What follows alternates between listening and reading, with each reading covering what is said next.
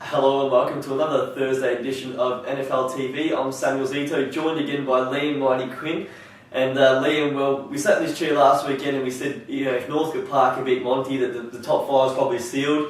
We had, as per usual, I guess, this year, we said a weekend full of surprises and upset results, and it's just been so competitive, and I guess it deserves to be a season that comes down right to the wire in terms of who will be playing finals, because we had only one side in the top five get the points on the weekend, and that side was actually Heidelberg, who beat Greensboro, another top four side there. So one of them had to win. We had Bundoora lose a game that we thought they'd win. West Preston dropped a game we thought they'd win, and Northcote Park was never in it against Montmorency in probably not so much a surprise win for the Magpies, but probably more a surprise by the ease in which they won. But we were out at the NFL match of the day. It was Greensboro up against Heidelberg, only 3 points separated the two sides, and it seems to be every time those top four sides play, we're in for just an absolute belter, and in the end, Heidelberg, just the experience, got them over the line. Yeah, Heidelberg did look very good though. We've sort of been talking about them the last few weeks. We haven't actually seen them that much this year, but gee, they really look to be getting good going into the right part of the season. It's just such a massive contrast when we saw them back in, I think it might have been round 3 against Bundoora, when they were just nowhere near it that day against the Bulls, where then obviously against Greensboro and against Northcote a few years ago, they definitely look like one of the top sides. Well, both the last two times that we've watched them, as you said, Northcote and now also against Greensboro, they looked in a bit of trouble. Against Northcote, they trailed by about 3 goals in the last quarter and found something just within themselves to dig deep and get the win. And on the weekend, they led by a pretty handy margin going into that third quarter. Greensboro, of course, kicking a goal right on the star. I think it was Dave Hutchinson, who played a pretty good game, kicks a goal back to about 2 goals at that 3-quarter time. And Greensboro really pushed hard in the last quarter. But again, Heidelberg just digging deep and getting the 4 points. A fantastic win. They've got another massive game now, the Tigers. They're taking on West Preston in the second grand final replay of this season. The Roosters, a shock loss to McLeod. I think I said in the program last week that in the past, McLeod's put in some really good results against West Preston without getting a win. And on the weekend, in a pretty heavy conditions, it suited them to a T. And they seem to play their best footy when it gets a bit wet and the ground gets a bit heavy, but just too good for West Preston. Led it every quarter and actually able to extend that lead across each quarter and get an upset win, but a massive win because it keeps their season alive. McLeod, but for West Preston, 3 losses in a month. Things have probably fallen away a little bit, but they'll be keen to get back in the winners list.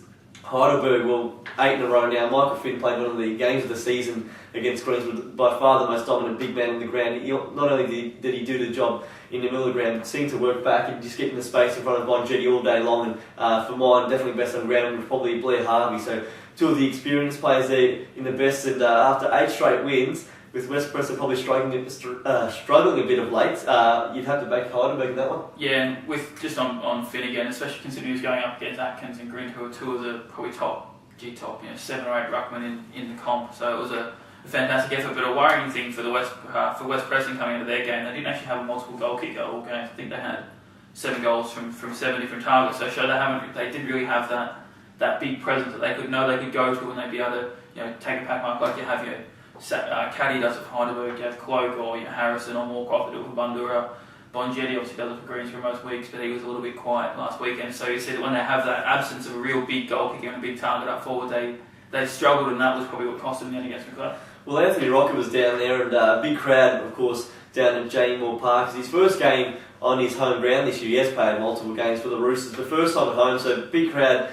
And he couldn't get amongst the goals actually, and he was well held by a youngster, Brad Leggett for McLeod. And McLeod actually went with a bit of a youth policy. They had Aidan Corr played, of course, the TAC Cup, having a week off across the whole competition. So Aidan Corr was down there, and they also had Nick Lynch coming back from Coburg. So that's some pretty big handy ins there. And Liam Brandt's another one from the Northern Knights. So went with a young list, and Brad Leggett did the job, and Rocker gave away quite a few kilos, but nonetheless just kept him pretty quiet all day. A massive win there for McLeod. As I said, keeps the season alive. And the next contest that we'll look into is McLeod travelling to Bill Laurie Oval to take on Northcote Park. And it's a game just of massive proportions. Now, Northcote Park, a loss will take them outside the top 5 for the first time this year. And for McLeod, I guess a win, as I said before, elevates them on the same points as Northcote. Percentage will keep them outside the top 5 even if they do win, but they're well and truly a chance with a fortnight to go.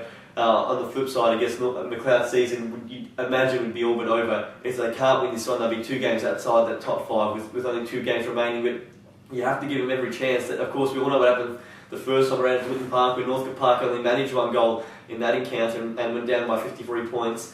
But you'd have to speak of a far better performance from Northcote this weekend. Bonnie Davies should be back. He didn't play on the weekend, and a massive blow, but they just don't seem to adapt to that ground down at Parra Road. I think it's 7 years in a row without a win down there.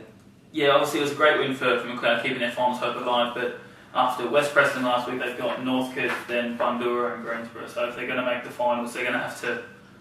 the next 3 weeks they're playing probably, the month they're playing probably top 4 sides at least. So if they're going to get there, they're really going to have to earn it. But be a tough month for them, but a fantastic win. But going down to Northcote, after Northcote having a bit of a, which I think we'd all agree, pretty disappointing loss last week, I think the Cougars will be very fired up knowing that a final spot isn't secure for them anymore. So they've really got to fight tooth and nail to try to get that 5th spot. Monty's really pushing hard for it. So massive game for Northcote. I think they'll be a little bit too good. Well, the 3 sides contending for the finals all got really difficult runs. You just mentioned McLeod's one, but also for Northcote, after McLeod this week, they take on Greensborough at War Memorial Park and Bundoora on their home paddock at Phil Laurie. But I guess it's still Bundoora, it's still the side that's first on the ladder. So of the last 3 games, probably only this week's the one where they go in as probably as a favourite to win. And then, of course, Monty's got a pretty tough run as well. So whoever does get there in the end will deserve it, because they're going to have to knock off a few finals contenders, but it's shaping as a pretty interesting match this one. But the next 3 weeks, it's just so hard to pick 1 week from another, and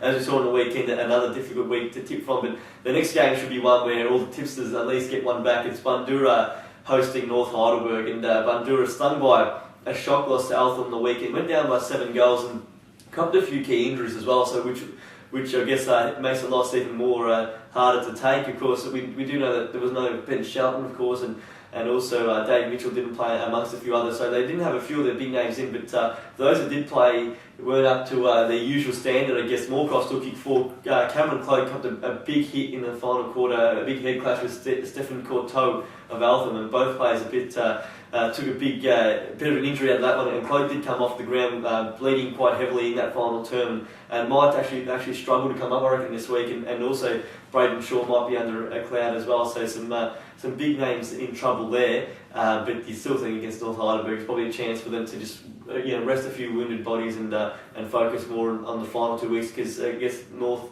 Heidelberg, their last chance to win the game last weekend against Whittlesea, and they were well and truly trounced.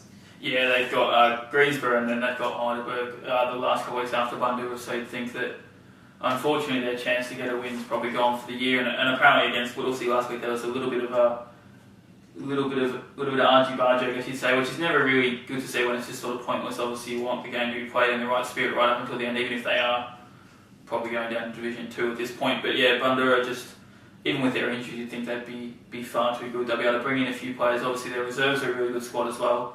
As you see when we've been out there, you see the reserves playing beforehand, and they've got some depth in there. So bring a few players up, give them a go. Maybe even Clayton Rogers will probably come in. You think for Cloak, it could be his chance, and you know he's got a couple of weeks with Cloak maybe out to try to get that final spot back. So should still be a good win for Bundoora. We're interested to see how they adapt to a few curveballs I've been thrown in the last week or so. Yeah, well, just I guess the shape of the season just changed dramatically, I guess, in the weekend.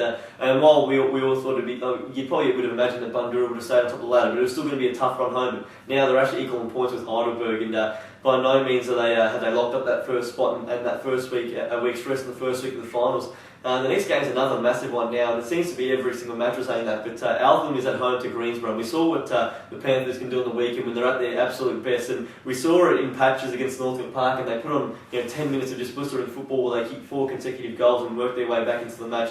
They were able to do it for 4 quarters on the weekend, and I guess the impressive thing for them is that in fact they actually won each quarter as well, and Andrew Hughes went down forward again and kicked 6, and Chris Burton got 4. Just a fantastic win for them. Their best performance of the year. A week after we wrote their season off, I guess there's still signs of life, but it's very unlikely that they can really push into the finals. This weekend take on Greensborough, who, despite losing on the weekend, were fantastic. The young list proved they can match it with even the experienced types of Heidelberg, and they'll be a massive contender come September. And some of the bigger names probably didn't put in the games we probably not even come to expect, but just a bit below par. And I guess Josh Riddle didn't get amongst the goal kickers, and Bonjetti tried hard all day, but in the end, I think it's just 2 goals for him. So they did it with a few of the lesser lights, and as I said before, Hutchison played a really good game, and Fleming played a good one, and of course Conlon Gunn, as per usual, I think, had another blinder, was almost best on the ground, probably just behind Michael Finn there.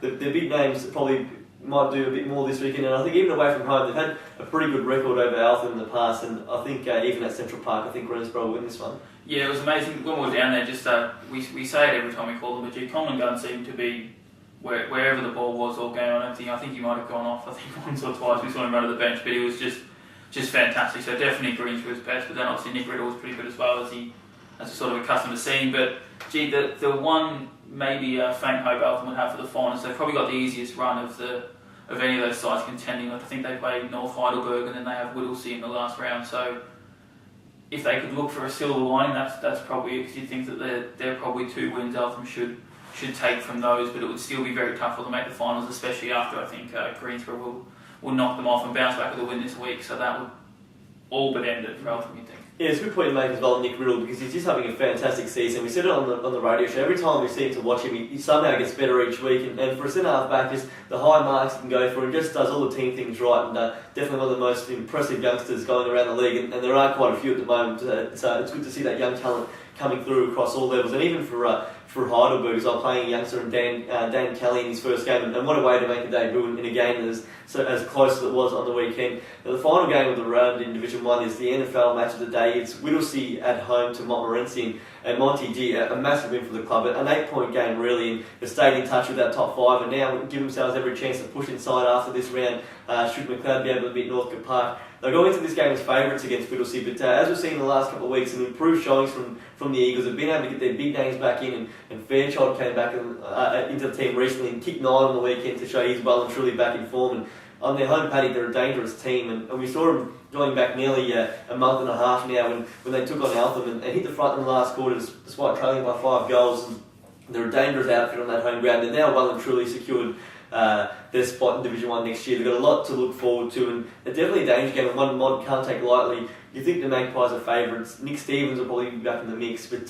definitely can't take Whittlesea lightly at the showgrounds. Yeah, and it's great to see with Whittlesea. Obviously, when we did see them, I think when we were speaking to the president, saying their average age is about 21, 22 for the team after the leadership group. So they'll have, if they can keep that together and maybe add a couple of senior, sort of more experienced bodies for next season, they'll definitely be in finals contention for the finals. You'd say it's a long way out, but at this early stage, they've got the makings of that sort of side. But gee, Monty have just, from similar to Heidelberg from the start of the season when we saw Monty lose to Greensborough, they were 0-4, but ever since then they've just been a revelation, and they probably should be too good for Whittlesea, and then gee, they really put the pressure on for that 5th spot. Well, yeah, definitely looking forward to seeing them, because I guess we have only seen them once so far this year as a radio team, and it was back in round 4 when they were 0-4, so a lot has changed since then, and you would have probably said back then if they were a chance to make the finals, you would have said, well, maybe it's gone beyond them, but they really have turned things around, and they're back on track and showing that form they've shown over the past couple of years. Again, another recruit in the weekend was really good in Ben Haynes as well, so a few big names